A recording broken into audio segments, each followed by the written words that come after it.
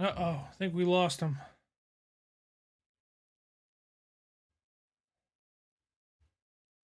Give him a second here to reconnect.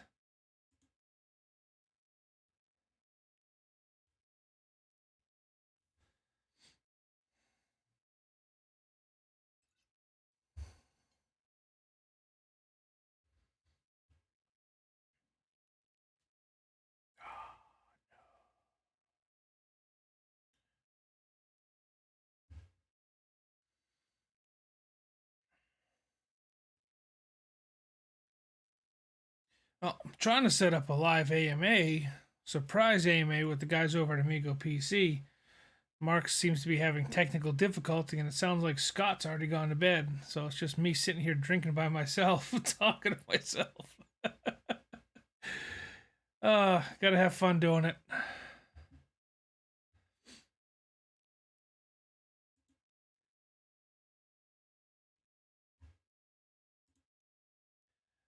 Scott probably ran away to start packing. He said he's leaving in the morning to come visit me, but he hasn't even started packing yet.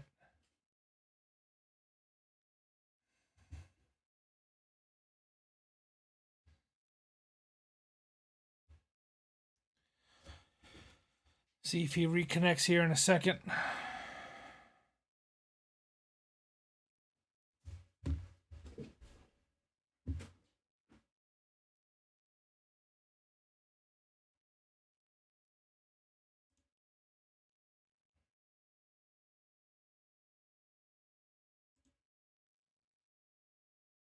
While we're waiting for Scott to show back up, or maybe Mark, we'll see what we got going on over here on Coin Market Cap, Crypto Market Cap, Coin Market Cap, whatever you want to call it.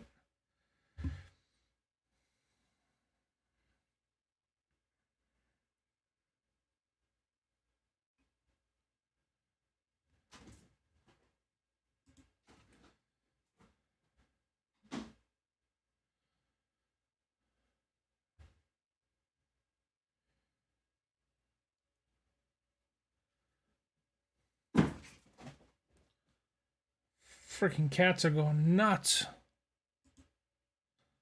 It's like they wait for everybody to go to sleep to make as much noise as possible.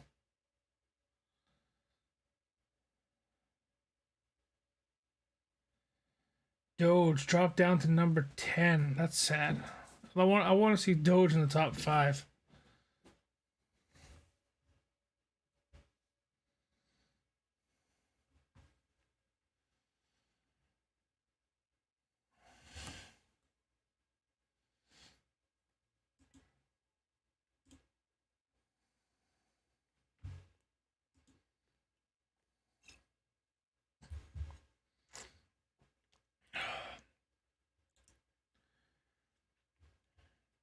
I'm trying to figure this out, see what's going on.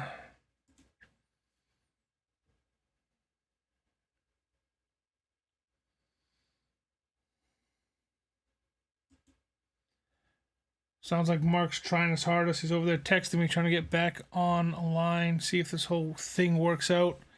We ended up going with Google Suits, so Google Workplace. Trying to see if that works out. Kept on running into issues with Zoom, trying to figure out whether Google is a better fit for us, considering that we are all in multiple locations trying to run a company together. So trying to figure out whether paying for Zoom is a good option or the fact that we are already paying for Google. You just stick with that. You know, always something going on. There's always some kind of issue. Always technical difficulty. You know, that's just kind of the nature of the beast.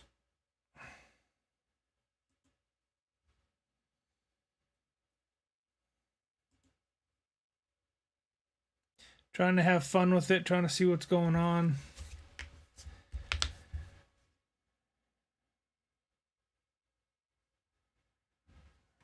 There was something I did want to look up with you guys.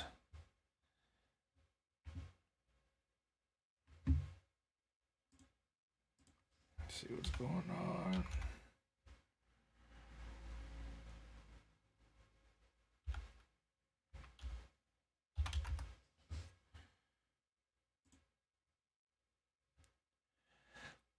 see if Webull will let me even log in. I don't know what's going on. I've been having issues with my wallet here. Make sure I got MetaMask pulled up. Oh. Get you back. We got you back. Oh, always something. Yeah, constant problems, internet and otherwise. We got to get you to move to the East Coast. Get you out of that sun. Do you think that's what it is? The sun? The sun, solar flare, or something. Yeah. I know you're 3 hours or what, something behind me, right? Or 2 hours, whatever it is. Right now, yeah, I think we're 3 hours. I hope I'm not interrupting anything. I see, hear some noise in the background, kids or wife or something. Everything's going on at the house. Everything. Surprise! Yeah, surprise. Exciting news. Well, I'll actually be there tomorrow, so that'll be something. Yeah, I got your room booked, get everything set up for you. Unfortunately, I kind of mentioned a little bit in text. My wife took a horrible fall. Oh, yeah. I shouldn't laugh. I really shouldn't. You know, we were cleaning out the cars, making sure everything was nice. And I'm vacuuming away in my car, and I hear acorns popping off the roof of my car. And I finally look out the window. My poor wife is sitting in the mud, holding her foot, and she took a fall down a hill and sprained her ankles. I feel bad. I really do. But she's yeah, she's tough. She's tough as nails. She deals with me on a daily basis, so she kind of has to be. The quality actually is not bad once we get the kinks worked out here with the internet and connection and everything else. Yeah, and using this, I don't think we're going to have the same issue like we have with Zoom with that 40-minute limit, since we're not paying for it. Oh yeah. I mean, either way, if we could get that, that'd be great. I mean, if this works, if we can make this work, great. I mean, if not, we get that or something. I don't know. Yeah, you're all about, you and Scott are all about Apple products, right? So you like Zoom. It's a nice, easy app. We can get this Android on Zoom, or we can get this thing on whatchamacallit? Mobile. On the Mac. Should be able to, and you should be able to download. There should be a Google Meetup app in the Apple iStore as well. I know I got one. I got it on my phone, so worst case. But I was trying to get it to where it's do the computer, so if in case, we're doing something like this, I have access to the interwebs. Yeah. A little bit easier. Yep. A little easier. Yes, we got. I mean, it's going to be a fun-packed weekend. Everything, we're trying to jam everything in as quick as we possibly can. With as much as we can. As much as we can.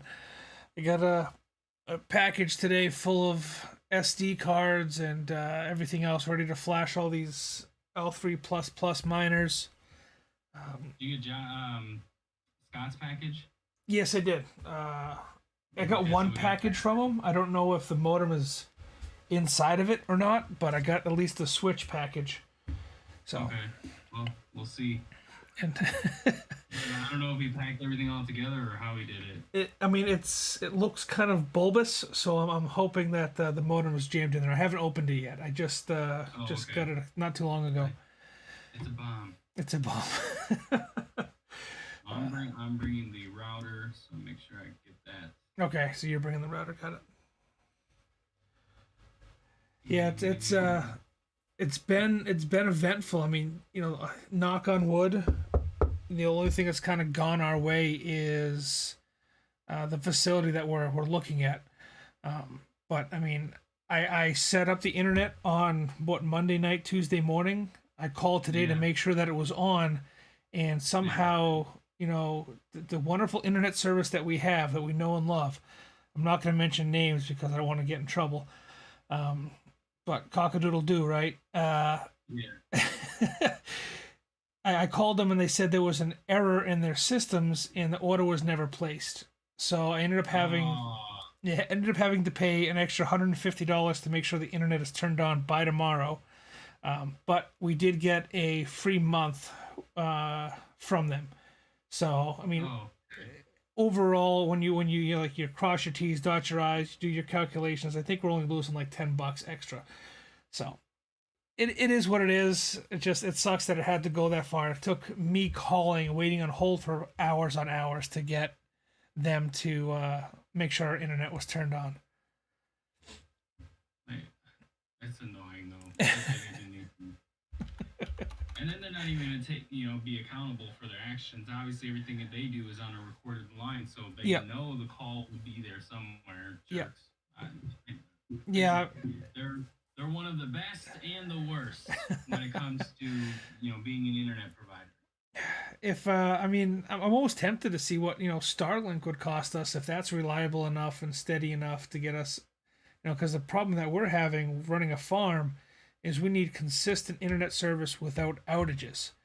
Yeah, So I'm wondering if Starlink is stable enough, even though it's still in its infancy, to grant us that stability without the outages. that's a good question. I don't know if I would be willing enough to test it yet. You know, Yeah, like I need more commercial use before yeah, I'd be willing to be like, okay, let's try it.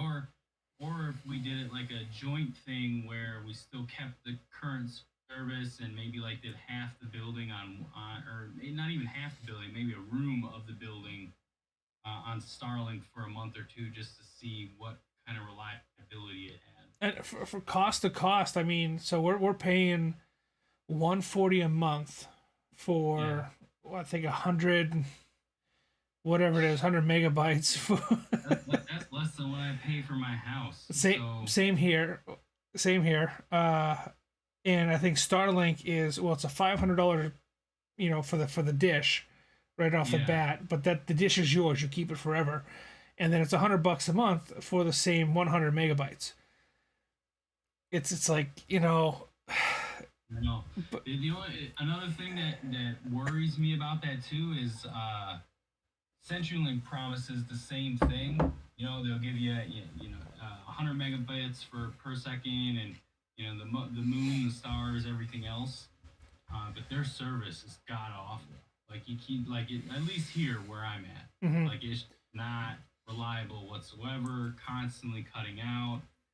They have it down and doing maintenance on it for something. They blame it being, well, we're laying in new lines or we're doing fiber or something along those lines. And it's like, okay, yeah, whatever, dude. Like Yeah, you still need to have a system up and running. Like I can't be without internet, even if it's just a couple minutes. Because especially now, because everything is from home. There is no going to an office or anything like that, or somewhere else yeah. to do anything else, basically. Yeah, and that's the way it was in Florida. When Southwest Florida, CenturyLink was either CenturyLink or Xfinity, Yeah. and really Xfinity had the kind of the corner of the market, and CenturyLink always sucks. Here now, it's I go one zip code over, and I have Xfinity, and Xfinity's not bad. Where we are, where we're trying to set up our farm, it's only Cox. That's it. That's all they offer. And wasn't going to say their name, but they set us up and they let us get up and running. Well, like I said earlier, they are like the best and the worst. Like their customer service is god awful, but like we'll never have once it's actually connected. Like having a connection issue is just not going to be a thing with them. Once it's actually connected, it's getting to that point. It is where the trouble comes in. Yeah. There's always going to be something. I mean, the learning curves for what we're doing. I mean, the people that run farms, that host, that are in the crypto game to past the extent of just being a hobbyist or an enthusiast. There's always going to be something that, because it's such a cornered niche market, nobody wants to divulge their secrets. Nobody wants to tell you what they're doing, where they're getting their equipment, how they're paying for the internet, what they're paying for electricity. All these things come into a huge factor when you're running a farm, and so many people don't realize that. I mean, I kind of ran into this the first time I tried to run a farm, but it's definitely a little bit easier now because it's a little bit more mainstream. But there's always going to be some kind of hiccup, and there's always going to be some kind of hurdle to cross or learning curve to be met. Yeah. I tend to talk a lot more when I'm You get your AMAs during the week when you're sober, so you do a really good job when you do that. Appreciate it. We gotta, like I said, we gotta get you your YouTube channel monetized and get you to that 1,000 subscriber mark. Yeah, I've been doing more of the little tutorials here or there, or how I set up this or how I did that. Yep. Especially with Hive as of late, and that's really working. Honestly, like I have seen a real good uptick in subscribers. What is it? View count. Yep. Like minutes watched and things like that. So yeah, crypto's a hot topic. We've been on the right path. I made a post not that long ago. It was funny because we really haven't taken YouTube seriously, especially with our podcast at all. Like we would just upload there and then that be it. Like didn't do any SEO, didn't do any like tags or really promote the YouTube channel in its entirety. And at the beginning of 2020, at the end of 2020, I was like, we're gonna take this seriously now. Like we're gonna actually try to promote this out, try to get things up. And at the time when we started, I think we maybe had like 100 and some subscribers, and now we're about to break 600. Yeah, you're real close. Yeah, we're getting up there. So it's once we actually like dedicated the time to actually promote and do what we needed to do, it started, the channel started to pick up. So yeah, we just got to continue that path. That's all. Yep, and pushing out that. I mean, it's tough. I mean, it definitely took me. I mean, I had to. You guys got the podcast channel going on, which is amazing, and the amount of followers that you guys have on there is phenomenal. But it took me quitting my day job and really focusing on YouTube, and the fact that I do the live streams every Wednesday. That's where I got my 4,000 hours from. It wasn't the videos. The videos do great, and the crypto niche is very strong. The financial sector right now is very strong, but it was the live streams that got me the 4,000 hours. That's what got me there, and then the subscriber base just kind of creeped up on its own. But looking at your channel now, I'll throw it up on the screen for everybody. You're broadcasting your podcast, which is phenomenal. People love to watch that stuff. And then you're going in depth into, mining and Hive OS. This hurts me to say because I'm such a fanatic about ASIC FW firmware, but I'm really starting to take a shine to the Hive OS stuff. As we're diving deeper into the farm setup, it's become, I'm liking it more and more every day. It's pretty neat stuff. I really dig it. The simplicity of it. I know that the creators of Hive are Russian-based, which some people kind of frown on that. But they continually update it. Like the reputation that they have built, even when there's like FUD around Hive which is on a regular basis. It's crypto, so of course there's gonna be FUD, lingering somehow, right? Always. But for the most part, like it monitors everything. So like, if you're mining a bunch of different coins, it's gonna tell you what your hash rate is on each one of those coins that you're mining. Even if it's a generated coin that you like a custom coin, like Raven Coin Light, like we just started diving into. Like it'll still, as long as it can pick up the algorithm, it's going to tell us how much our hash rate is on there. It tells us where our power consumption is. It's not entirely accurate with AMD, which I hope they kind of fine tune that down the road, Yeah. but still close enough. It's maybe off by 20 or 30 watts. It's not like a crazy amount off. And if you know that, you can, there are settings within Hive that you can play with to adjust accordingly for AMD's pickup of not calculating it entirely correct. But now I have it up on my other screen here, and it's, yeah, I mean, the dark mode that everybody is infatuated with right now. Hive has that. I think that's the only thing they don't do like a light mode or anything like that. I can't praise Hive enough. Like I've just adapted to it so much. Yeah, I mean it's been, you know, the main reason I switched to ASIC FW was the auto tuning feature it had for ASIC. I mean, you guys know we before we went into business together, you guys know that I'm, you know, heart to heart, I'm an ASIC guy. I love the ASIC miners, and I know you guys have been definitely diving deeper into GPUs.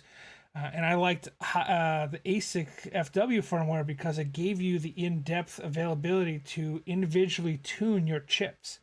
But we're starting to see that on Hive now, which is very cool to see, and I like that. I think I'm leaning more towards Hive, um, just for the fact that it makes it simpler for us, like you said, to run a farm, and to, if we want to host down the line, which we're trying to do, if we can get the individual clients that are looking to host with us to set up with Hive, that gives them access to their farms or to their miners, you know, wherever they are. Giving us also access to monitor them, but you know they can change the pools. They don't have to send us an email and say, "Hey, can you change my pool for me? Can you log in?" They can do it using Hive. Where ASIC FW, they'd have to send us an email. It'd be a whole process, a whole rigmarole to get it going.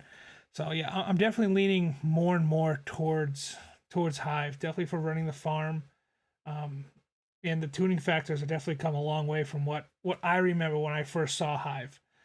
When I first saw Hive, the fees were crazy. There wasn't a whole lot that they offered customers, but they've definitely come a long way. I give them some major props. Yeah, when it comes to ASIC, I really enjoy that you can log into the machine directly on the same network like you would normally, or you can use the GUI, and it's different for, like, the setups are a little different for the GUI versus logging into the machine directly, but the machine also has the auto tuning feature. You can manually tune the chips. Like, you have a lot of control when you're in there, just trying to figure out what the best tune is for your ASIC with Hive. But then when you're on the GUI, and you're not at the farm, right, or you're away from it, like, that's the thing with me and Scott. Like, we're in two separate locations. We have workers littered across the United States, and it at first was very annoying, but inside of Hive, I can auto tune on the GUI. Yeah, It is it relieves a lot of stress when it comes to making sure that the machines are up and running and functional at all times. yeah, yeah. That's huge, and you know, especially now that we're trying to build this massive farm, you know, with you halfway, on the other side of the continent, and Scott where he's at, it's definitely makes it easier. Say, if I want to go on vacation, it makes it easier for you to monitor, and I can leave the farm Yeah. unattended. So that's some huge breakthroughs, I think, in farming, and making it more accessible to guys like you and I who want to get into it. So we got. I've been having issues with our audio, so I'm tuning it as we're talking. Keith says it's finally good, and Donald says there's a little staticky, but I think I got it worked out. I think we're doing good now. Thank you guys. All Thank you. right. Appreciate you for letting me know everything was off. I'm not used to doing the side by side AMA with somebody else. You know, Mark is the expert on the podcasts and all that side of things. So introducing another mic set.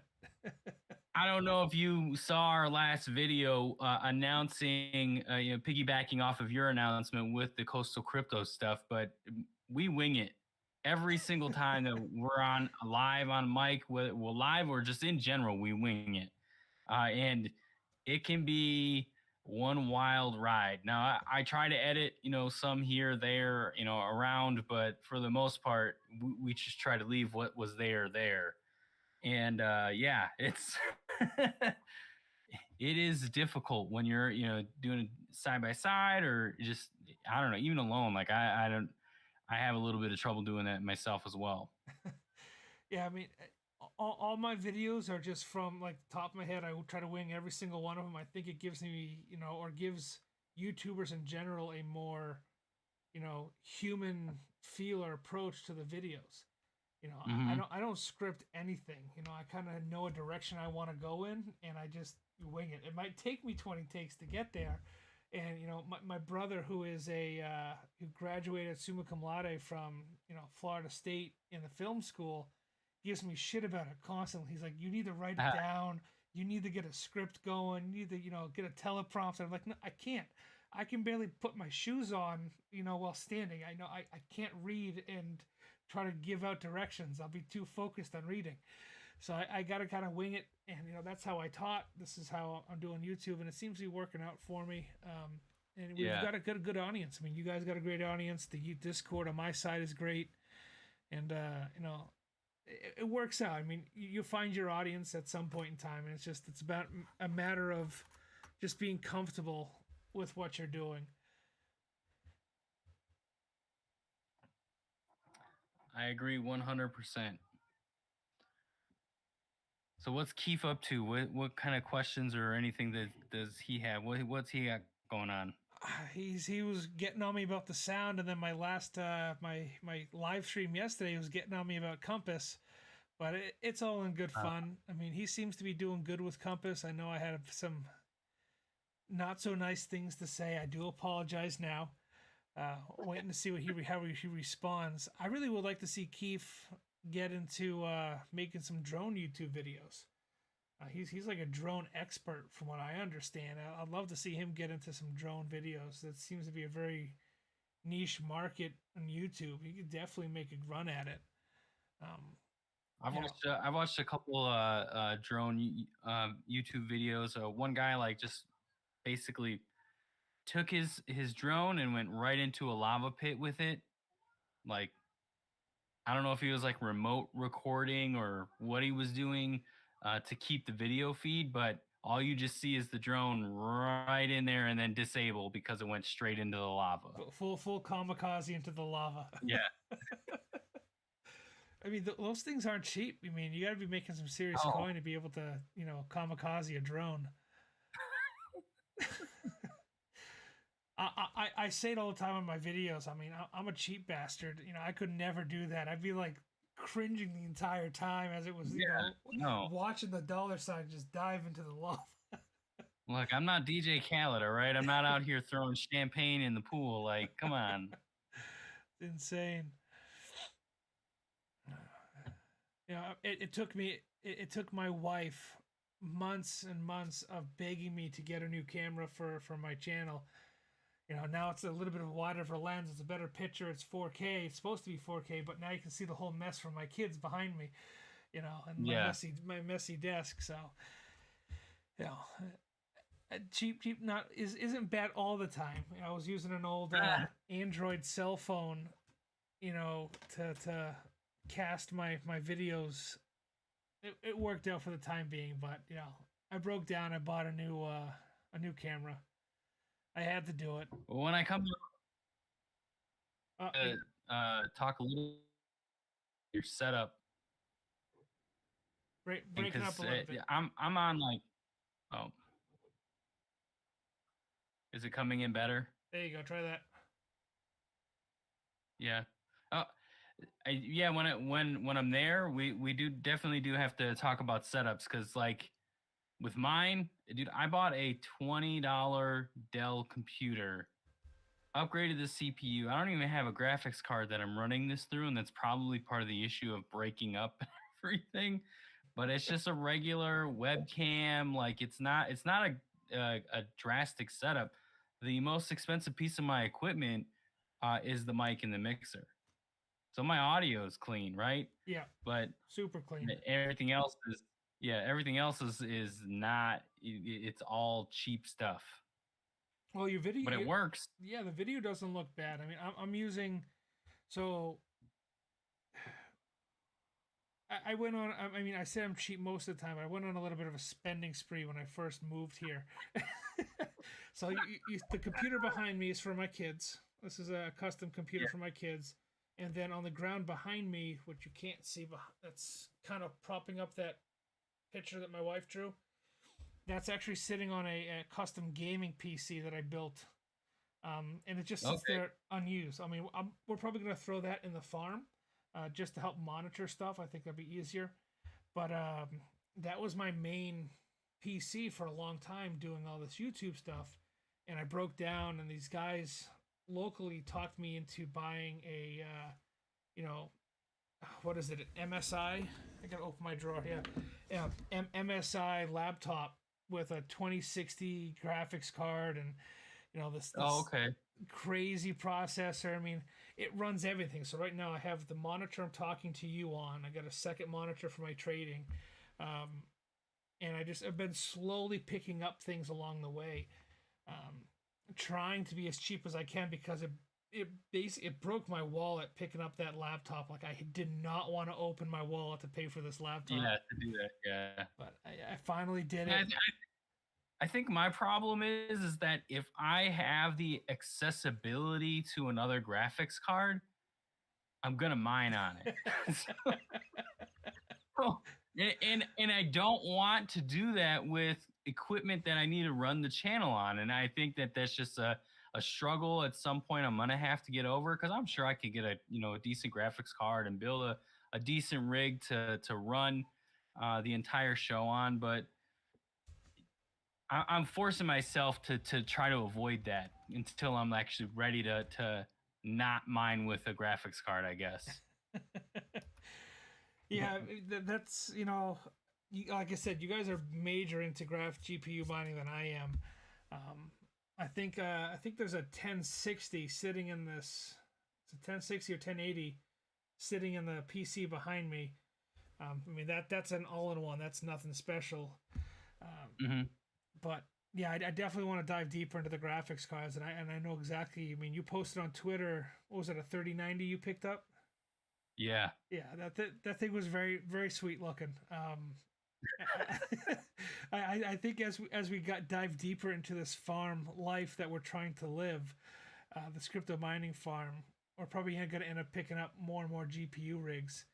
But who's to say if the next model comes out, we put the old ones in our personal computers, and it's a tax write Yeah. off if we keep going.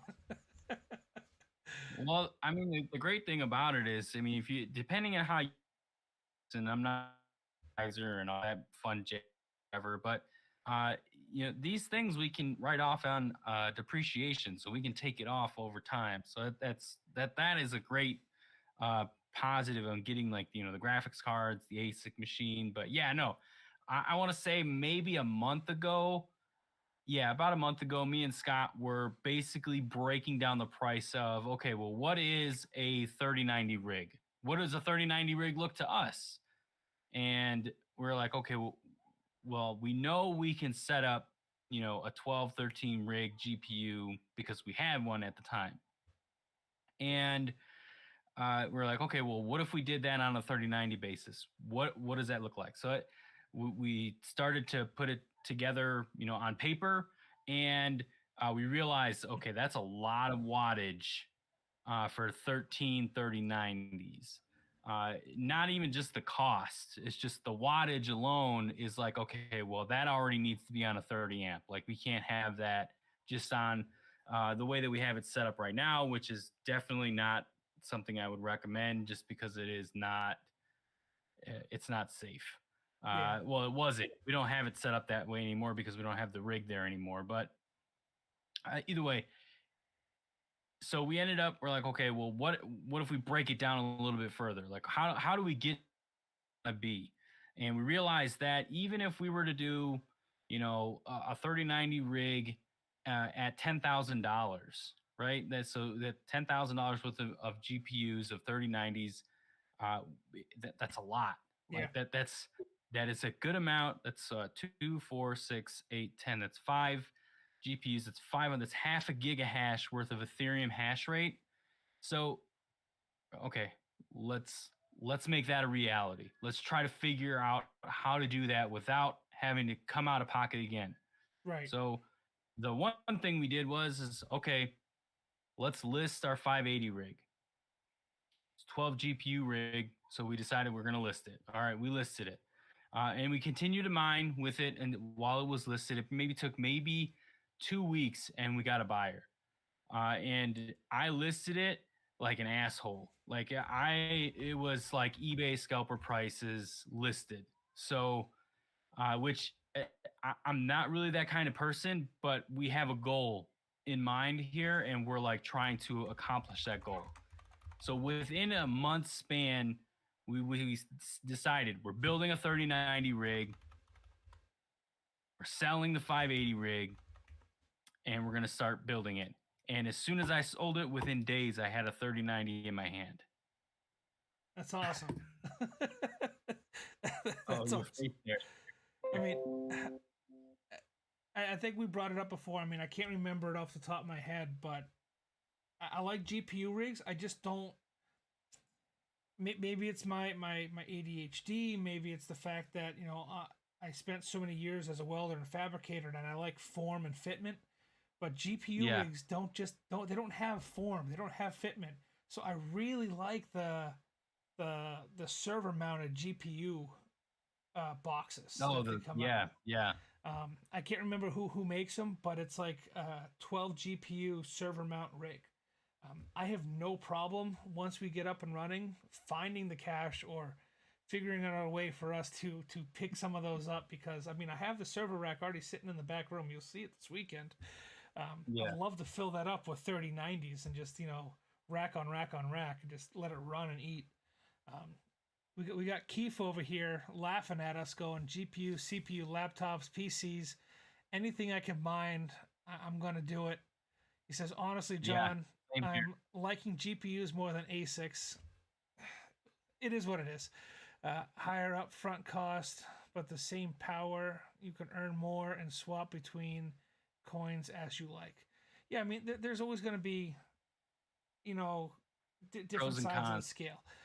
The way that I like to explain it is ASIC mining is like your traditional mining for crypto. It'd be similar to coal mining. It's just more streamlined, right? Yeah. They have a formula on how to get it out efficiently and get it into your hands. And that ASIC mining, that's what that is. GPU mining, on the other hand, is like if you were a home brewer or a craft beer company.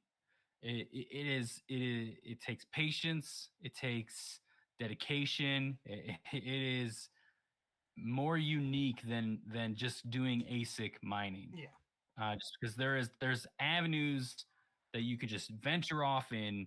Like right now, we're speculative mining. Like right now is speculative mining season. Like Ethereum is not the king anymore, and I know a lot of people are having a real difficult time in detaching themselves from Ethereum when it comes to being as a miner. In my opinion, Ethereum, like I said, is not the king anymore, and there are different coins that you can dive into, and you can really start speculative mining and figuring out what's more profitable for you and what projects you like. And you don't have to invest physical dollars into that. You can take the rigs you have now and put that towards something speculative to see if it's going to pan out or Right. help your bottom line somewhere. Yeah. And a lot what you guys are doing with Ravencoin. Getting Mhm. away from Ethereum and going more towards Ravencoin. I know this is probably gonna get me some serious hate messages on Discord and YouTube, but I'm not a fan of Ethereum. I'm really not. I like the guy. I like the founder of it. I don't like the coin. I don't know what it is. the gas fees, whatever it is that entails Ethereum. I just think it can be so much more than what it is, and it's not living up to its potential. And it bothers me. I think that's what it is. It bothers me. But the fact that, like you're saying, you can jump on, speculative cryptocurrencies like Raven coin and other GPU mineable coins, really got to dig in, do your research. And, it's going to, at the end of the day, that's, the person who does the research and, walks the walk, talks the talk is the one that's going to walk away with the fat wallet at, at the end of the day. Yeah. I'm partially in agreement with you on Ethereum. It right now at the moment it's a necessary evil for some cards, just because they're so efficient at mining Ethereum. But the devs of Ethereum hate miners. Yeah. And they've been trying to pull away from being a proof of work project. So as a miner, you're frustrated because you're upholding the network that is trying to get away from you. Like, and if you back off, even though I'm just some small little at home crypto miner, right? But there are more of me than there are the mainstream miners with Ethereum. If we all did that, Ethereum would no longer exist. Like there would be a real plausible 51% attack. Yeah. And everybody, touts. They're like, oh, that can't happen. That won't happen. You blah, blah, blah, blah, blah. But in the grand scheme of things, miners are moving away from Ethereum. And it's happening on a regular basis. Eventually it's going to happen, and the devs are going to be forced to put it into proof of stake. And that could be why he's latching on to Dogecoin. Maybe he's trying to make a run with Dogecoin to break that off away from Litecoin. Get that community from Dogecoin over to Ethereum and can combine them. Let me ask you this. So a lot of people are like, hey, okay, this bridge with Doge and Ethereum, right? Like everybody's thinking of it as Doge would be then become proof of stake. And what I have thought of at one point is, well, what if they separate Doge from Litecoin, right? And they put it on a different algorithm to keep it proof of work to uphold the Ethereum network. That would be what does that do though? Like, so it can't be, if they move it to a different algorithm. The L3 is just, it's a Litecoin miner, and basically, well, I mean, there are other coins and whatever, but for the time being, the most profitable right now is Litecoin and Doge mixed, maybe Digibyte every now and then. Yeah. If they took that off of, the L3 can't mine Doge anymore. That would be the simple fact if that happened, like my theory happened, right?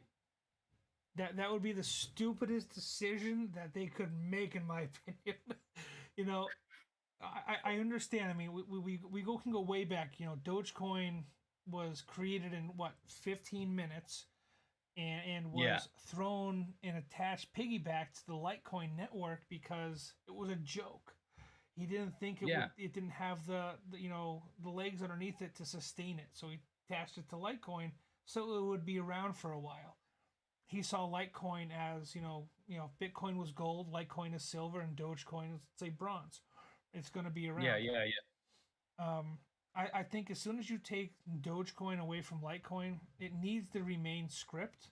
I think that's the only way you're going to remain loyal to your community. And the only thing I could think, it's tough. I mean, I would like to see Ethereum bring maybe smart contracts to Dogecoin. I wouldn't want to see Dogecoin become a proof of stake. I would like to see more implementation with inside the Dogecoin network and community around script, being smart contracts, being NFTs, all the kind of things that we're getting into, liquidity pools, DeFi, whatever it may be. But why would you make it proof of stake? You have such a loyal following behind script, behind the L3s, behind the L7s coming out. I mean, that's why they made the L7s, is because Dogecoin rocketed. Do you think Bitmain would have spent the money in the R&D on launching a brand new script miner that was basically, obsolete for years if Dogecoin hadn't popped off? No. Why would you do that? It doesn't make sense Yeah, to me. From a business standpoint, from a business mindset, it doesn't make sense for Dogecoin to jump away from proof of work and script. But cryptocurrency is a wild ride. It's a crazy thing. I mean, anything could happen tomorrow. So it would break my heart to see it happen, but it could. It really could. I'm missing a couple comments here. Let me jump back a little bit. Bottom deity. Okay. What country is? I think he's asking what country do we live in for the amazing power rate. We're in the U.S., my friend. We're on the east. Well, the mining farm will be on the east coast of the United States, between Washington and South Carolina. I'll put it in that range. Let's rephrase that. The first mining farm is on the East Coast. First mining farm. Crypto 8, welcome to the chat, my friend. No problem on that video today. Hopefully it helps you out. Keith says Doge would be really nice on another algo, or do it like Digibit, where you had several options to mine it. Could still use ASIC GPU to mine Doge. Yeah, that's another thing. So you have Digibit and you have Verge. They are both two of the more popular multi-algorithm cryptocurrencies. SHA-256, Script, GPUs. You go, multiple algorithms, and they've got it divided so each algorithm gets X amount of block rewards per day. So yeah, I mean that could be an option for Doge just to keep it alive, to keep one algorithm falls off and dies away, you still have the other ones to kind of sustain it. So Keith's got a point there. That would be interesting to see. Could you imagine Go ahead. I think honestly that might devalue Doge a little bit. I mean, I could be completely wrong on that. I'm not a financial advisor or anything, but I think the more access you give to it, the less value that there is. Honestly, when it comes to at least mining, acquiring it, there's just too much reward that's not being cut in half to offset the availability of other people mining it. Like, I know the whole thing about the unlimited cap. There's too much of Doge, and that was what used to hold it back or whatever. But think about that though. Like, if more algorithms can pick it up and take that reward, you're amplifying the amount by a lot. It's not just stuck to script anymore. Yeah. I mean, if you add 2 or 3 more algorithms, you're dividing it 2 or 3 more times, and that market cap's going to get divided at the same time. No, that's they'd have to cap. If they were to do that and go multi-algorithm, they'd have to cap it someplace. Or at least create a burn system, like like a tokenomic system, and burn the cryptocurrency. Keith says Doge would be really nice. I read that one already. Could you imagine buying an L7 and that happening? Yeah, I think bottom that would be heartbreaking. And there's a couple of guys over on Discord that have already picked up L7s that have them on their way. They got them, first come first serve, and they probably picked them up. I think 12K, and now they're up to 23. Yeah, I just got a price quote from a guy, the guy you gave me that we're trying to work with. He gave me 23.5 for December's inventory. That's just, it's crazy. That's insane. Like, don't get me wrong, I want one. Yep. I do not want one at 23.5. Nope. I mean, I'm pretty hands-on. I fixed miners. I don't mind buying used equipment.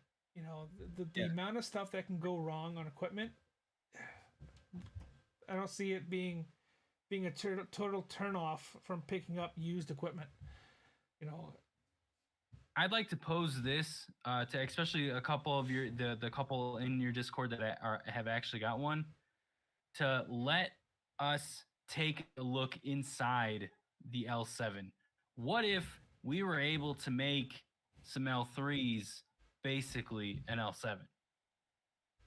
I mean, in theory, I mean that's kind of what Bitmain did with, or it's not Bitmain, Gold Shell. You're Yeah. taking, so the L3 we know has 4 hash boards. So Yep. you're taking an additional, you know, 4 or 6 hash boards and putting them on a controller. So if you look at the controller for the S9, an older miner, it has Yeah. capabilities that control. I mean, I got one here sitting next to me. Let me pull it up. So you have It has one, the extra ports. Yeah. you get 1, 2, 3 hash boards, and then you have an expansion for 3 more hash boards. That controller, if you could reprogram that controller, it can run 3 more additional hash boards. What that's what they're doing with the L3s. They're expanding the control boards and using the same chips in the same hash boards. Yeah. They're just jamming them into one package. When I first got into this, and this was something I was going to bring up when you showed up. When I first did my original farm in Southwest Florida, and I started to get that running, I met with a PCB board manufacturer in Tampa, Florida, and that's what they were trying to do. They were trying to reverse engineer the hash boards and the control boards from Bitmain, the L3s. Yeah. The it's definitely doable. You just would have to, find. I'm not smart enough to do it. I know what it would take to do, but I don't think I could physically do the coding to reconfigure a control board to run multiple boards. There was a meme floating around for a while of a guy in Germany who took his miner, broke it down into pieces, and mounted on his wall as his heater in his house. And it was clearly like 8 or 9 boards, and you could see it was running off of It one looked like piece. it looked like a radiator, basically, Yeah. a computer chipped radiator. That's amazing. That's hilarious. Yeah, I mean, it's just finding and networking and that's the biggest reason why I started the Discord server. Here's one thing, and I don't mean to interrupt you, but No. one thing that I could maybe propose to the group, a call to action of sorts, is once these L7s hit, let's get a control board. Let's see what a control board for an L7 looks like, and then Yes, let's please. start reverse engineering it. Keith, let's get a control board. Let's get it in your hands. I know you can reverse engineer it. If anybody, Keith can definitely do it. Yeah. And then see how we can either one, rebuild our own L7 with L3s, or Frankenstein that thing and make like L10, 12, Hell yeah. whatever. Even if we could figure out how to use like an S9, so S9s are fairly cheap, right? Yeah. They're kind of obsolete. Even if we can get our hands on some S9 control boards, so we can create an L3+++ with 6 hash boards. It's using let's break it down. 800 watts for a stock L3 for 4 hash boards. So you're looking at what, 200 watts per board roughly. So you're looking at a 1200, 1300 watt one control. I mean, that's what we're doing overclocking anyways. So it makes it would be a monster. It would be. I mean, you could overclock that thing probably to at least 1.2 gigahash if you had 6 boards. Yeah. I mean, it would be, like you said, breaking down, reverse engineering that chipset on that PCB, or reconfiguring it, because the PCB controls the ASICs to mine a specific algorithm, right? So you'd have to the S9s run SHA-256. You'd have to figure out how to reconfigure the PCB from the S9 to recognize script. which I don't think would be super complicated, and to pick up the additional 3 hash boards, so you could Frankenstein a machine together. I mean, Yeah. there's got to be somebody out there. There's got to be some mad scientist in his garage doing this already, and we're late to the Oh, I'm party. sure somebody's already done it. It's just at what cost? Right. If we were having this conversation, 8 months ago, but not even 8 months ago, I would say like 6, maybe even 5 months ago, we'd be sitting here with, an L3 at $50 and buying them in handfuls, knowing that we weren't going to get a return on investment because they're $50 a piece and they weren't doing anything. I know. And then you're like taking it apart, like it just probably didn't seem feasible. But now that they're $1,200 for the time being, or $1,400 or $2,000, God forbid you're shopping on eBay. Is it worthwhile to try to piece this together and make the Frankenstein L3? If talking about Coastal Crypto LLC, talking about our venture, right off the bat, I think it's a good thing to leave up on the chalkboard or the whiteboard. If you, I mean, chalkboard's really old school. Let's say whiteboard. I think it's definitely something that we need to come back to, but we have to get, like you said, we have to get that liquidity. We have to get that net worth. We got to be in the black before we can even, let's ask Keith. Let's how much does Keith want, to reverse engineer something, or how much is it going to cost Steamy Jungle Man to come up and help us re-network our entire farm. Yeah.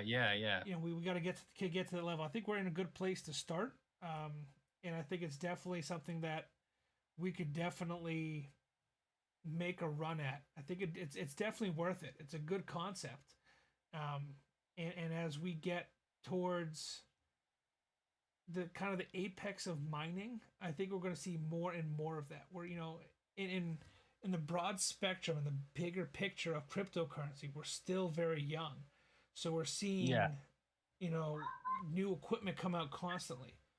But remember, think about the first computer. People were just buying computers. They bought the next model, bought the next model, bought the next model. When did it take the next model to finally come out and say, that kid to say, let me take this apart and build my own computer? And now it's a regular thing, and we have YouTube channels about building computers and tearing them down. It's only going to take that apex step for someone to go, hey, I have all of these old cheap pieces of crap equipment. Let me put this together and make something Frankenstein amazing. It's only a matter of time, and I think the conversation we're having, I'm sure other people are having. It's just who's going to get to that rat race first of creating that Frankenstein miner. The hodgepodge of 20 L3 hash boards crammed together in one space. Who needs an L7 when you got 48 L3 boards? Yep, hot soldered together. Hot wire, duct tape, bubble gum, We hired MacGyver as a consultant. You're careful, you're gonna age yourself there. Oh, hey man, I love the 80s, the early 90s. We got. I'm missing some of these comments here. Make sure I get. Oh. Could you imagine buying? Yeah, I read that one. Keith says, cap on per algo for Doge and have 10% burn on trades. Yeah, getting on that tokenomic side. That's what kind of you're gearing down towards, Keith. Bottom DD is going in Canada here. Got a quote for $30K for an L7. That's insane. Oof. That's nuts. But I mean, that hurts just to hear it, man. I think the U.S. dollar is a little stronger than the Canadian dollar right now. They're Canadian loon, so that might be fairly close together. I'd have to look it up. The L7 is so much more efficient than the 18X L3s. Yeah, and so was it Moore's law? Is that what it's called? Moore's law. As technology doubles, ever so often, however it goes. So we have like the 17 nanometer chips in the S9s, and now we have the 14 nanometer chips in the L3s, and yeah, as chips get smaller, they're going to get more efficient and more powerful. That's just kind of the nature of the beast. But with that becomes price. And the guy, like what we're saying, the kid that's riding his bicycle to school to save a couple dollars on bus fare, he's not going to have the money to buy even the oldest equipment. So he's going to buy the oldest of the old equipment and try to make his own. That's where innovation comes into play. Crypto Ape says, "Let's recruit a programmer." I'm all about it. He says, "I'll buy the S9 board now." I'll tell you this: me and Scott, we still not have liquidity is still always an issue for us, but we were broke when we started mining not that long ago. Okay, we bought a 4 gig rig, of 6. Was it? I think there were 480s or 580s. I have it in one of our channels. Either way, no money whatsoever. And now we're out pursuing 3090s. So just that little kid, that me and Scott are that little kid that you're talking about. Like, this is where you start. So people are like, oh, the efficiency or the newer chips are more efficient than the older chips or whatever. Well, we started with the older shit, Yep. and it brought us up. So this is the game plan works is basically what I'm saying. You know what it reminds me of is playing those the RPG games and playing all those the mobile apps that the best player has to pay like $20 to get the best equipment, but you get that guy grinding away, doing the mediocre the tasks because he doesn't want to spend any money, but still ends up being on top at the end of the day. It's not about how much money you have or how you go about it. It's the drive and the ambition that you have going into a project that really pushes you to the next limit. That kid spending thousands and hundreds of dollars of his parents' money to build that top of the line gaming rig. Guess what? It's going to be at a yard sale in 2 years. Where the kid that built his own rig, he's going to hold on to it. He's going to upgrade it himself. He's going to put his money into it. It's going to be his baby. And then that's kind of what we're doing with our farm. And that's kind of what you did with your GPU rigs. And that's kind of how I've always been. And it seems like, talking to you and Scott, that's kind of how you guys are as well. So I think, that's a big part of why I was so quick and willing to go into business with you guys. Because we have that similar mindset. No, you forced our hand. That's what you did. No, I'm just kidding.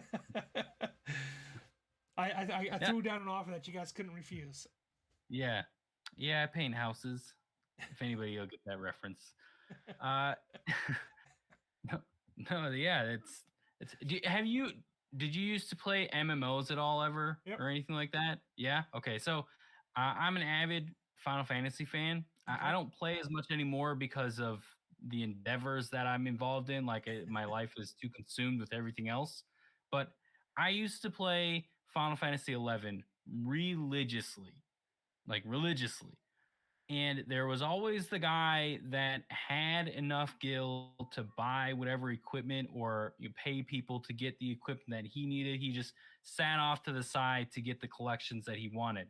But then there was always the guy that ended up working for all of those rare items to equip and wear. And you know who had a bigger following when it came to in those games? It was the guy that actually did the work. Yeah. So to feed on what you were just saying, like it's like I think that's maybe where like I got my mentality of how to like basically tackle this endeavor, I guess you could call it, of GPU mining, and now getting into ASICs and now jumping into a whole new ASIC realm of us with this mining. Like this is when I look at it, like look back, and especially like where we're about to be, this is leaps and bounds. Like I didn't expect to be in this position this quickly. That makes sense. Like Mm-hmm. we had written down a plan. The plan changed. We wrote it down again. All right. Then you get into communities like yours, and you're starting to talk to more people like you and Keith and everybody else that's in the community, because everybody's great. And then you kind of leak out that plan, right? And I think you were the first person that we kind of really told, like, hey, this is kind of what we're doing. So if you know anybody, let us know. And I think you got to stew on it a little bit as we started to really unfold this crazy idea that we had of um, starting the mine in the way that we were going to do it. Yeah, I mean, you guys touched a key point in my past and my heart with mining farms and how you were going about it, and I think that kind of what sparked me to start digging into it even more. Um, and I've talked about it on my channel. I tried to have a farm, or tried to set up a farm back in 2016, 2017, 2014, in that area when the L3s first came out, and Okay. it was a struggle. It was tough. I'm in a better place now. I'm in a better position, and finding you guys was just like, do I really want to do a farm again?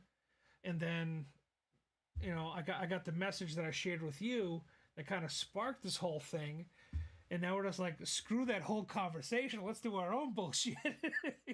And and then now you're flying in in a couple hours to get this shit off the ground.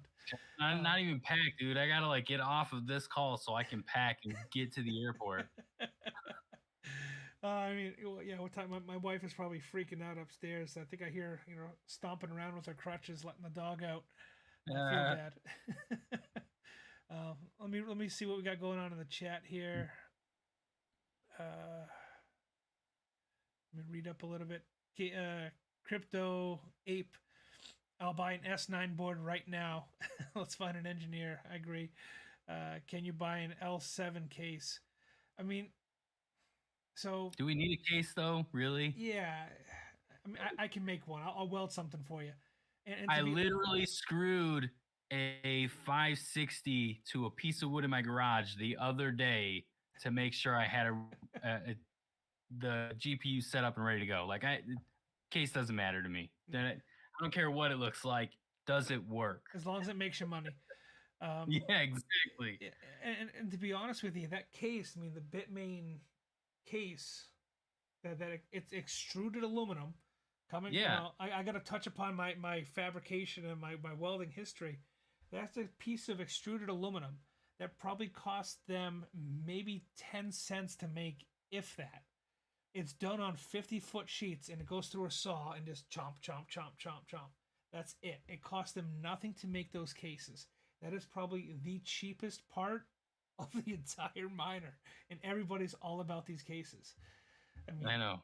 Dude, they're going for like the L3 cases alone are going for like $75 on eBay. It's insane. It's insane. I mean, yeah, I'm like, I can't. I have a D3 right now that's doing nothing. I could use that case. I have that. You want to use that case? Let's use that case. Let's take out the boards out of it. The things. I bought it for parts, and I'm still not using it. So if you want a case, we'll use the D3 case. Hell yeah. It's. I mean, if you want to. I mean, from a manufacturing standpoint, the cases, all you would have to do is take the blanks, which we have, your D3, the L3s, whatever, take it to a tool and die maker, and within a week you would have a tool and die for extruded aluminum to make your cases. That's all these guys are doing. I'm sure that What's Up Miner, Ant Miner, Gold Shell, they all use the same exact extruding service in China. It's probably the same company that extrudes all of their cases. It's I bet. So the case isn't my concern, kind of a long way around it. I mean, why not just we'll cut them apart ourselves and just make a big block? Yep. We could tack weld them together, dude. We can figure it out. Perfect. That I mean, the case is the very last thing that we need to really think about. How do we get the hash boards to work? That's where we. Yeah, I'll finally get to use my aerospace certificates for welding and put together a mining case. You know, instead of working for SpaceX, I'm going to build mining rigs. Perfect. Yeah.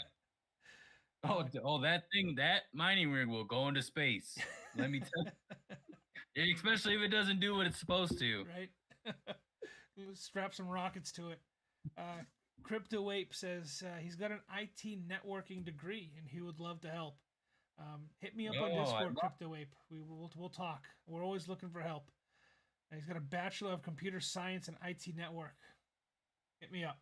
We want to talk to you. What else we got? Bottom DD would like to see hash cards like GPU rigs.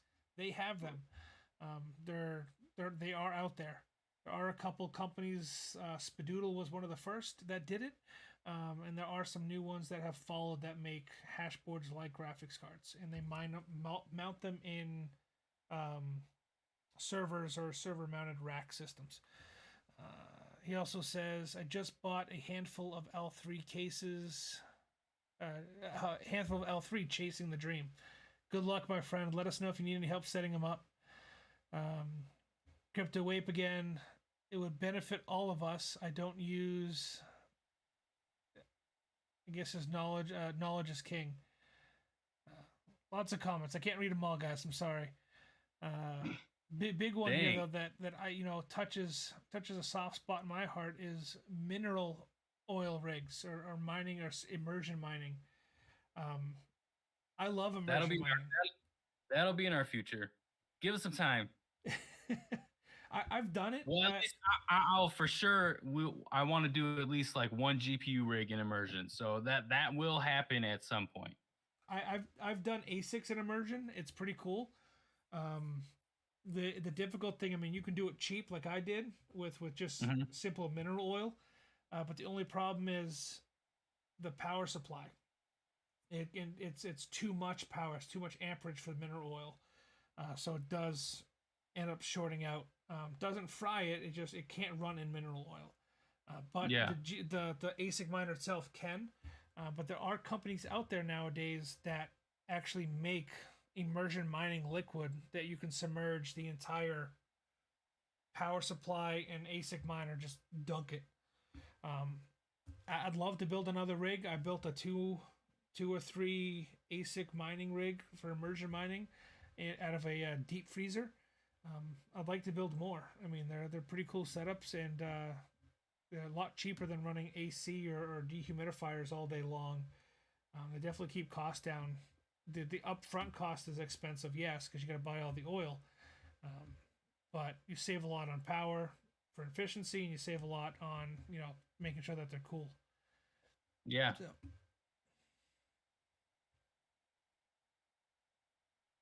I'm curious about this Spadoodle thing. I'm trying to look it up. Spadoodle's an old company. I don't even know if they still make miners anymore. You know what? That I'd really like to find, and if someone could help me, is I want to find an X16R ASIC miner. X16R. Like I don't care how much it costs. I mean, I do care how much it costs, but I want one that I'm very flexible as to the going rate versus what I actually get it for. And it's crazy when you think about that. Like the things that you're like, all right, I want to start testing on this particular item, or I want to, we're at that point where, okay, I know we got to worry about ROI on certain things, but now I want to start playing. And those, usually what you want to play with is a little bit more it's not in the ROI brackets. So you want that miner because you like Ravencoin. Ravencoin Lite, yeah. The Ravencoin Lite is on that mine. I want to do some testing. I want to see what kind of volume we can get. They look interesting. I got them pulled up here. But they're interesting rigs. I don't see any prices on any of them. Maybe because there's just none for sale. I've only seen one YouTuber do a video on it, Voscoin. Yep. I think it's the Omni Miner or something, not Omni, OW Miner, something like that. I can't find them. Like I don't even know if like the one he did the video on is legit or not. Like I don't know. Just disappeared like, on us. Well, yeah, and he has links in his video for that. And if you click on the link to the manufacturer, nothing. And I don't know if maybe I need a VPN to say I'm not in the United States, because sometimes that kind of plays a factor in you getting access to weird things like that. But yeah, I can't find them. They don't. I don't know if they exist. Yeah, they don't even pop up on like ASICminervalue.com. There's nothing. Exactly. Yeah. Well, I mean, X16R really hasn't been used in forever until recently, and now it's starting to get pumped. People are trying to figure out how to retune their equipment to it again. Like they don't, because like no one remembers. This isn't a coin that they used, was or is popular right now until Ravencoin Lite hit the market again. Or even until Ravencoin in general moved to Kapow to get away from the X16R because the A6 came out. Yeah. Yeah, and that'll be the next thing, people trying to reconfigure their chips to mine different algorithms. I know it's supposed to be algorithm specific integrated circuit, whatever it is, ASIC. But it's only a matter of time before somebody figures out how to pop those off a hash board, reprogram them, and solder them back on. Exactly.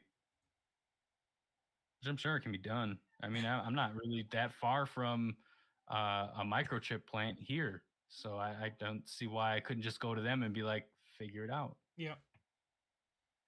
Yeah. That's what it comes down to. It's how big your checkbook is. At the end of the day, it's how big your checkbook is. You have any videos from that deep freeze oil rig? I do not. I built that rig prior to me setting up the YouTube channel. I do apologize. If you want schematics or you want a breakdown on how I do it, message me on Discord. I'll run you through as best I can from memory how I set it up. Long and short of it, I had a radiator from like a Honda Civic that I found on Amazon, some pumps, and a deep freezer that I found on the side of the road. That's pretty much what it came down to. It was as cheap as possible, but it worked. And I've even run miners in like 10-gallon fish tanks. The only problem with that, if you're not circulating that oil fast enough, it heats up super fast. So I'm not great at reading and talking. Or were they just some cheap water pumps, or what type of pumps did you have? Like just a regular radiator pump to it? No, I've seen people say that you can use, say, like real cheap ones from Harbor Freight or Northern Tools for like your pond pumps. But okay, yeah. That introduces a lot of like particulates into the oil that you don't want. Magnetic particulates because of how it's cast. You really want to use a pump that's rated for fuel, like a diesel pump, like a small diesel fuel pump. I mean, okay. What I ended up doing was finding a diesel generator fuel pump that I used for a large military diesel generator. It was only about yay big, but it worked out for what I was doing for as long as I was trying it out. But you definitely want to have something that's like fuel rated, just because they're not going to want to introduce electrical currents into a fuel system. Yeah, new things. Yeah. So. Yeah, you get those stuck in the chips and in the heat sinks and everything. That could only that'd just be a disaster. Yeah. That and then you don't want a spark inside the system that'll ignite everything, because you can have a spark underwater, You can have a spark within fluid. You don't need air to have a spark. You can, Yeah. 2 months ago, and 2 miners so far, and can't thank you all enough for the info I have gotten from both of you all. I'm on vacation down to the Gulf Shore and listening live. Well, thanks, Brian. Appreciate you stopping on by, my friend. I'm glad we were able to help you out. Again, check out Mark's channel at Amigo PC if you were trying to get into GPU mining. He's got more stuff over there about GPUs than I do. Definitely, if that's the route you want to go, check him out. Thanks, dude. Plug. Yeah. Yeah, I kind of feel bad. I sprung this on you last minute. I mean, I was looking forward to your live stream and the AMA on your channel. So I was like, you know what? I'm just gonna dump it on him, and we're gonna go live on my channel. Dude, I'm down. It's fine. We were supposed to record tonight regardless, but life happens, and here we are. We're still recording. So I bet me is there an echo in your headset for me talking and you talking? No, you're good. I can't wear cans. I have okay. really bad eardrums from welding for so many years. Ooh, yeah. So putting headphones on, like, I'm deaf. I can't do it. So I need to have some kind of relay this way. So that's good to know. That's something I always worry about when I go when we did your podcast that time, and every time I do something like this. Good to know. Good to know the system works. Yeah. No, yeah, we even have guests that don't wear headphones and things like that. It's we like when we started getting into podcasts, we knew nothing about it. It's just how we start things. It's how we say we know nothing, and then we know things. Yeah. All we saw was images of Joe Rogan doing his show with fancy mics and ear headphones and just all the shit, all the bells and whistles and things like that, and then listening to other podcasts and like you got to get your audio in tune and all this other stuff. And we literally had audio issues for over a year trying to figure out how they did it, and these just stuck. Like when we do something, if I do a show and I'm not wearing headphones or something along or doing some type of recording, like it feels weird. Like I can't. It's just a force of habit now. Gotcha. It makes sense. I mean, you get comfortable with what you learn and how you learn it, right? Yeah, exactly. And I can always like fiddle around with my volume too. Like if I'm not right some way somehow, and then even then, after we're recording, if the my volume or the way that I sound or Scott sounds, like if it's not 100%, we still have somebody go back and try to refine tune it. Like it's still, yeah, we're like it's an obsessive thing that we've gotten accustomed to, unfortunately. Yeah, I mean, I use. I'll get to your question in a second, Bottom DD. Don't worry about it. I see it there, bud. I use Pinnacle editing software. I have a PC. I don't have a Mac. I don't have the Apple editing software that comes with every Apple and makes you an amazing editor. So I use Pinnacle. It's free. It's an amazing software. But my audio would probably be so much worse on my pre-recorded videos if I didn't have the noise reducer, the de-hummer, and the that's another the de-esser, because that's something that I do on, like, even talking to you now. It's my stutter comes out. That makes a huge difference. It cuts it all that most of it out for me. My audio would be 10 times worse than what it is if I didn't have learn about those little tips and tricks. But again, it's like you said, it's all about what you know and what you become accustomed to and used to. But we still do, well, me at least. Like I do the ums, the ahs, like I do that constantly, and having to do like my videos. I am trying to make it to where they are short enough or long enough, but also still short because of the amount of ums, ahs, ifs, oofs, just things that are in there that when I'm recording like a video of how to or something in Hive or like especially with most recently of all these how to videos, yeah, it's terrible. Like I can't even this last one when we did or the one I just did, and I had Scott with me, dual mining Ravencoin Light in Ezil. I was like, fuck it. All of the sorry, I don't your channel. Not fun. Um, I was like, man, whatever. They're all staying in there. It doesn't matter at this point. Like, At the end of the day, I think it makes you sound more human and more relatable. At least that's yeah, the take from it that I've gotten over the past couple hundred videos that I've put out. It makes you sound, based upon what guys are telling me on Discord and the conversation we're having. I'm not going to be Andre Jek or Graham Stephan. I'm not going to be those guys that have an entire editing team behind Michael them. Irving from the NFL, CBS, where we're constantly on the mic. I'm John Maz. I'm a half deaf welder trying to get into finance and crypto. That's just what it is and who I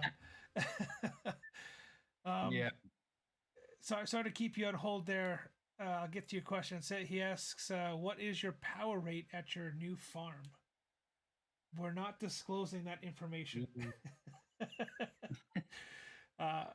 We're hosting at a competitive price, but we are running a business. That's what it comes down to at the end of the day. We are building a farm for us and for our company. We are just sorry, I got a fly in my face. We're offering hosting service because we understand the frustrations of trying to build out your own mining setup. And we know that the national average here in the United States is right around 11 to 13 cents per kilowatt hour. So we try to come at least a cent underneath that to start off with, to offer at least a solution to people looking to expand their facility and not have noisy equipment running in the back room and heat in their grandmother's basement, cooking your poor grandmother. So that is kind of what we're going off of. So the hosting and the power, that's our business. If you want to get involved in it, we have agreements available, and we are offering hosting to people that have, say more than 4 or 5 miners, if you're interested. But it's not something that we're not building a hosting service. We're building a farm. So hopefully that answers your question. They're called word fillers. Yes, they are, Keith. Just like fuck. Fuck is a big time word filler that I use constantly. Is your mouth catching up with your brain? No, that's a big thing I struggle with. I actually have a speech impediment, and I went most of my life getting beat by speech pathologists to speak properly, and it did not work. What else we got? I see. I didn't realize you were hosting. I can see why you wouldn't say. We have a decent rate. It's made it worthwhile for us to combine our efforts to work together. Yeah, and it's not like we're trying to, I don't know, because with a couple of the interactions that we have had in discussing hosting, like it's that people come off like it's too expensive or we're out of scope or we're trying to make a profit off of it or something like that. No, we're literally trying to keep the lights on with that we gave, and that's really it. Like we are not trying to really go, shoot for the moon and making a drastic profit. No, we're literally trying to keep the lights on, so we can build our farm also. So it's not the deal we get. You guys are going to be benefiting from that just as much as we are. Right. And we're starting off in a small facility. It's not like we're jumping into a 6,000 square foot warehouse. I mean, I'm scraping the bottom of the barrel here, trying to scrounge up money to invest in this, and Mark is graciously enough found an investor on his side of the business. So we're pooling our money, and it's not a lot to try to build a farm from the ground up. If you really think about it, maybe after Mark and I discuss it a little bit more, we'll dive deeper into the finances of starting the farm. But that's going to be obviously down the road when we feel more comfortable with the setup that we have going. And again, like Mark said, we're just trying to keep the lights on at the end of the day. Yeah, I know. Luckily, we're starting the farm as we're getting towards the colder season where we are, where the farm is going to be. So we don't have to worry about keeping the AC on. So at least that'll keep the power cost down a little bit.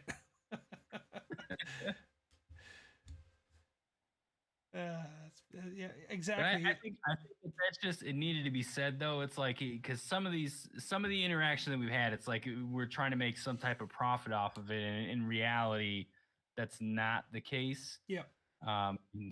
Like I said, we're just trying to keep the lights on. We have space, so if the people in the Discord channels and our community need space, it's there. It just, reach out and let's talk. Right. Yes, to start the conversation. It's always what I say on my channel. Join the conversation, start the channel, start the conversation. Blah, I can't speak. But like I said, what I was trying to get to was, and I got sidetracked myself. Our space is limited, so every time we're hosting more and more people, we're cutting away from the miners that we can add to the system within the facility that we're in. So, the amount of hosting that we can do, the space is limited comparative to our ROI for the miners that we have already purchased and that we plan on purchasing that haven't come in yet.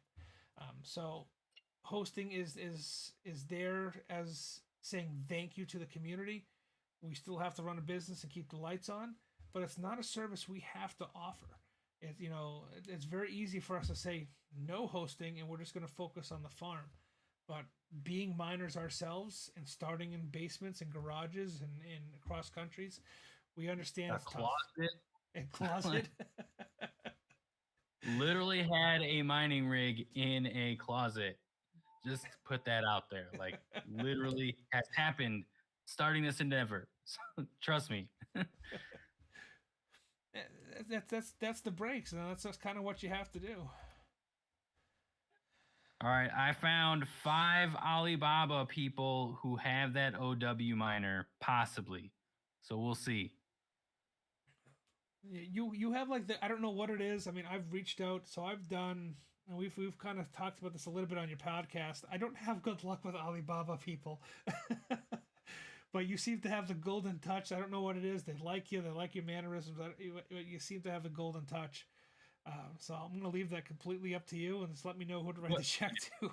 one of my kids is really into K-pop, and I use that on a relatable level. There you go. I'm joking. What is it? K-pop or what's baby metal?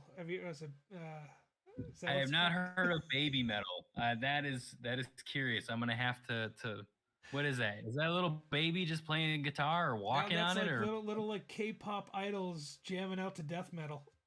No way. Yep. John has too much time in his hands. I have a wife that's younger than myself that keeps me up to date on everything relevant in pop culture. Yeah, that is hilarious. Donald's picking on me a little bit. I think he says it's okay, or picking on you rather. It's okay to come out of the closet. It's 2021. Yeah, you can't judge. 2021. We're almost in 2022, guys. Yep. Oh, crazy shit. All right, guys, it's getting late here for me. I hate to cut it short, but I got to get up with my kids in the morning, and Mark's got to go pack. Thanks. Yeah, sorry. Okay, one more question. Any thoughts on the LTC difficulty in the next couple of months with the L7s coming out? Difficulty is going to go through the roof. We've already seen a spike in the difficulty when they turn the L7s on in China. Dude, I have a complete opposite opinion on that. Yeah. Yeah. So I think that I think they're already on, man. And the difficulty spikes that we're seeing is them on. Yep. Now, the That conversations I that agree. I'm having, the conversations that I'm having with like these Alibaba connects, the guy that I talked to, was it today that I get, or yesterday you gave me that number and I talked to him, whatever day it was. All this is all blending together. But either way, talking to these suppliers and distributors, it doesn't seem like there is a lot of them out there.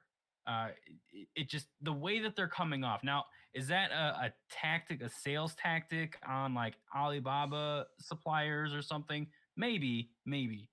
But like I'm talking to them and they're like, yeah, we have an availability of 12 or we have an availability of 9 or they don't have a lot to their disposal. And I don't know if that's just Bitmain because they sold directly to the public or not, but I think they're on. And that's the reason we're getting the spikes that we are. So I think that once the shipments start happening in November and December, we're going to see a slight dip.